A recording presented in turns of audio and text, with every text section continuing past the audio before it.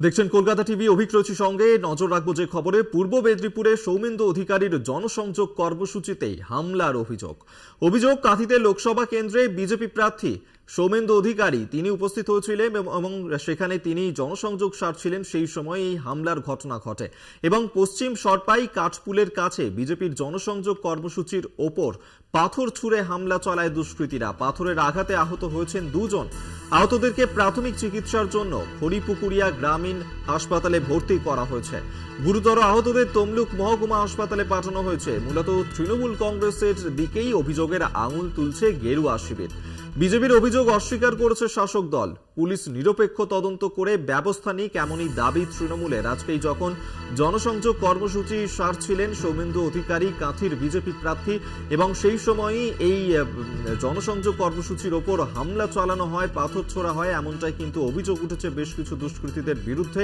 তবে বিজেপি মূলত আঙুল তুলছে, অভিযোগের আঙুল তুলছে রাজ্যের শাসক দল তৃণমূলের বিরুদ্ধে, এবং মিছিলে পাথর ছোড়ে তারা, এমনটাই কিন্তু অভিযোগ আনা হয়েছে। এই ঘটনার জেরে বিজেপির দুজন কর্মী সমর্থক তারা আহত হয়েছেন। তাদেরকে স্থানীয় হাসপাতালে নিয়ে যাওয়া হয়, আপাতত সেখানেই চিকিৎসাধীন রয়েছেন তারা। এবং এই ঘটনার পরেই যেমনটা বিজেপি তারা দাবি করছে যে পুলিশ নিরপেক্ষ তদন্ত করুক এবং ব্যবস্থা নিক, এমনটাই কিন্তু দাবি করা হচ্ছে। যদিও শাসক দলের বিরুদ্ধে যে অভিযোগ বিজেপির, তা কিন্তু সম্পূর্ণই অস্বীকার করছে তৃণমূল।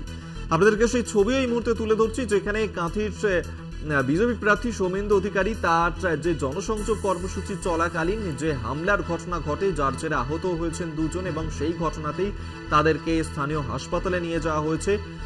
তৃণমূলের বিরুদ্ধে অভিযোগের আঙুল তোলা হয়েছে এই ঘটনার জেরে, যদিও সমস্ত অভিযোগ অস্বীকার করছে তৃণমূল। আমরা এই নিয়ে বিস্তারিত জানবো। সৌমেন সাউ এই মুহূর্তে আমাদের সঙ্গে টেলিফোনে রয়েছেন।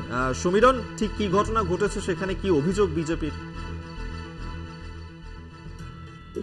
দেখো অভিক, যেটা বিজেপি অভিযোগ করছে, গতকাল বিজেপির যে জনসংযোগ কর্মসূচি ছিল, সেই জনসংযোগ কর্মসূচি চলছিল পশ্চিম সরপাই কাঠপুল বাজারের কাছে।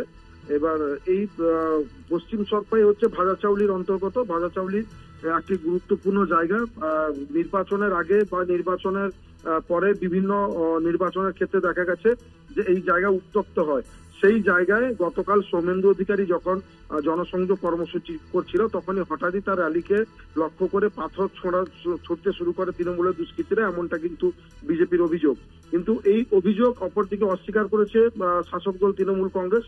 তারা বলেছে এই ধরনের ন্যক্কারজনক ঘটনার সঙ্গে কোনোভাবেই আমাদের দলীয় কর্মীরা যুক্ত থাকতে পারে না, যা নিয়ে কিন্তু এলাকার রাজনীতি বর্তমান সরগরম রয়েছে।